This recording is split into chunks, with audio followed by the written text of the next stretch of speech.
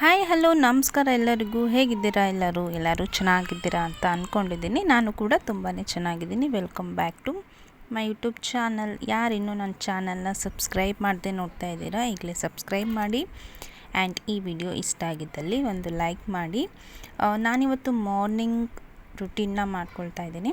Beetroot, carrot and ಸೌತೆಕಾಯಿ ಇತ್ತು. ಸೌತೆಕಾಯಿ ಎಲ್ಲ ಹಾಕಿ ಡಿಟಾಕ್ಸ್ ಡ್ರಿಂಕ್ಸ್ ಮಾಡ್ಕೊಳ್ಳೋಣ ಅಂತ. ಆ್ಯಂಡ್ ಬೀಟ್ರೂಟ್ ಹಾಗೆ ಕ್ಯಾರೆಟು ಹೆಲ್ತಿಗೆ ತುಂಬಾ ಒಳ್ಳೆಯದು, ಹಾರ್ಟಿಗೆ ಆ್ಯಂಡ್ ಕಣ್ಣಿಗೆ. ಹಾಗೆ ABC ಜ್ಯೂಸ್ ಅಂತ ಹೇಳ್ತಾರೆ, ಅದಕ್ಕೆ ಆ್ಯಪಲ್ನ ಹಾಕ್ತೀವಿ.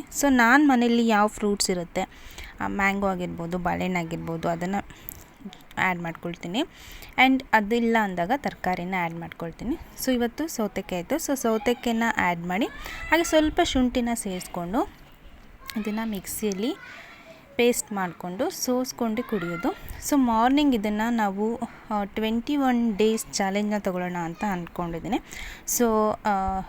ಫ್ರೂಟ್ಸ್ ಆಗಿರ್ಬೋದು, ವೆಜಿಟೇಬಲ್ಸ್ ಆಗಿರ್ಬೋದು, ಒಂದು ಏನೂ ಇಲ್ಲ ಅಂದರೆ ಅಟ್ಲೀಸ್ಟ್ ಒಂದು ಟೊಮೊಟೊ ಆದರೂ ಹಾಕ್ಕೊಂಡು 21 ಡೇ ಇದನ್ನು ಕುಡಿಬೇಕು ಅಂತ ಅಂದ್ಕೊಂಡಿದ್ದೀನಿ. ಇವತ್ತು ಸಂಡೇ ಆಗಿರೋದ್ರಿಂದ ಮಾರ್ನಿಂಗ್ ನಾನು ಇದನ್ನು ಜ್ಯೂಸನ್ನ ಕುಡ್ದು ನೆಕ್ಸ್ಟ್ ಸ್ನಾನ ಎಲ್ಲ ಮಾಡಿ ಪೂಜೆನ ಮುಗಿಸಿ ಇವತ್ತು ಮಾರ್ನಿಂಗ್ ಬ್ರೇಕ್ಫಾಸ್ಟಿಗೆ ತಿಂಡಿ ಏನೂ ಮಾಡಿಲ್ಲ. ಅನ್ನ ಸಾರು ಮುದ್ದೆನ ಮಾಡಿ ನಾನು ಹಾಸ್ಪಿಟಲ್ಗೆ ಹೋಗಬೇಕಾಗಿತ್ತು.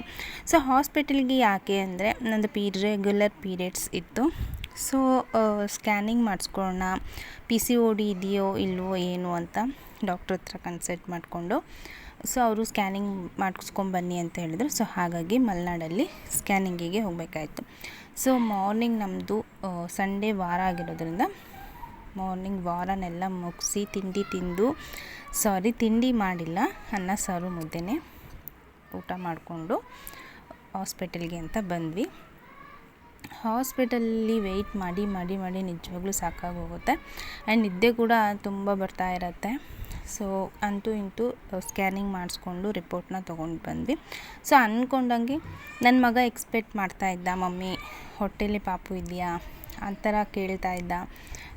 ನೋಡೋಣ, ನಾನು ದೇವ್ರ ಹತ್ರ ತುಂಬಾ ಬೇಡ್ಕೊಂಡೆ, ಮಗು ಆಗಲಿ, ಪ್ರೆಗ್ನೆಂಟ್ ಇರಲಿ ನಾನು ಅಂತ ತುಂಬಾ ಅಂದ್ಕೊಂಡೆ. ಬಟ್ ಅನ್ಫಾರ್ಚುನೇಟ್ಲಿ PCOD ಇದೆ ಅಂತ ಕನ್ಫರ್ಮ್ ಆಯಿತು. ಆ್ಯಂಡ್ ಅದಕ್ಕೆ ಕೂಡ ಟ್ರೀಟ್ಮೆಂಟ್ ತೊಗೊಳ್ಬೇಕು ಅಂತ ಹೇಳಿದ್ರು. ನೋಡ್ತಾ ಇರ್ಬೋದು ರಿಪೋರ್ಟ್ನೆಲ್ಲ ಇಸ್ಕೊಂಡು ನೆಕ್ಸ್ಟ್ ನಾವು ಮನೆಗೆ ಬಂದ್ವಿ. ನಾನು ಮೊಬೈಲ್ನ ಮನೇಲಿ ಬಿಟ್ಟು ಹೋಗಿರೋದ್ರಿಂದ ನಮ್ಮ ಹಸ್ಬೆಂಡ್ ಫೋನಿಂದ ಸ್ವಲ್ಪ ಆದಷ್ಟು ಕ್ಯಾಪ್ಚರ್ನ ಮಾಡಿಕೊಂಡೆ. ಆ್ಯಂಡ್ ಇದು 2 ಡೇಸ್ ವ್ಲಾಗ್ ಆಗಿರುತ್ತೆ. ಹಾಗೆ ಮಂಡೇ ವ್ಲಾಗ್ ಕೂಡ ಮಾಡಿಕೊಂಡೆ. ಮಂಡೇ ಮಾರ್ನಿಂಗ್ ಸೋಮವಾರದ ಪೂಜೆನೆಲ್ಲ ಮುಗಿಸಿ ನನಗೆ ಮೆಹಂದಿ ಹಾಕ್ಕೊಳ್ಬೇಕು ಅಂತ ಅನಿಸ್ತಾಯಿತ್ತು ತುಂಬ ದಿನದಿಂದ. ಹಾಗಾಗಿ ಮೆಹಂದಿನ ತರಿಸಿ ಆ್ಯಂಡ್ ಇನ್ಸ್ಟಾಗ್ರಾಮಲ್ಲಿ ನನ್ನ ಪೇಜಲ್ಲಿ ಮೆಹಂದಿ ಆಗಿರ್ಬೋದು, ಹೇರ್ ಸ್ಟೈಲ್ ಆಗಿರ್ಬೋದು, ಮೇಕಪ್ ಆಗಿರ್ಬೋದು, ಪ್ರತಿಯೊಂದನ್ನು ಈ ಥರ ನಾವು ಡೆಮೋ ಮಾಡಿ ಅಪ್ಲೋಡ್ ಮಾಡಿದ್ರೆ ನಮಗೆ ಕಸ್ಟಮರ್ಸ್ಗಳು ಆಗ್ತಾರೆ ಅನ್ನೋ ಉದ್ದೇಶದಿಂದ ನಾನು ಸೆಲ್ಫ್ ಮೆಹಂದಿನ ಹಾಕ್ಕೊಂಡೆ. ಆ್ಯಂಡ್ ಮೆಹಂದಿ ಸೆಷನ್ಸ್ ಕೂಡ ಅಟೆಂಡ್ ಮಾಡೋಣ ಅಂತ ಅಂದ್ಕೊಂಡಿದ್ದೀನಿ. ನನ್ನ ಮೆಹಂದಿಯಲ್ಲಿ ಸ್ವಲ್ಪ ಎಳೆಗಳು ದಪ್ಪವಾಗಿ ಬರ್ತಾಯಿತ್ತು. ಅವ್ರು ಹೇಳೋ ಟ್ರಿಕ್ ಆ್ಯಂಡು ಟಿಪ್ಸ್ನ ಫಾಲೋ ಮಾಡಿದ್ರೆ ಇನ್ನೂ ಸ್ವಲ್ಪ ಮೆಹಂದಿ ಆರ್ಟಿಸ್ಟ್ಗಳು ಆಗ್ಬೋದು ಅಂತ ಅಂದ್ಕೊಂಡು ಈ ರೀತಿ ಮೆಹಂದಿನ ಬಿಡಿಸೋಕ್ಕೆ ಸ್ಟಾರ್ಟ್ ಮಾಡಿದ್ದೀನಿ.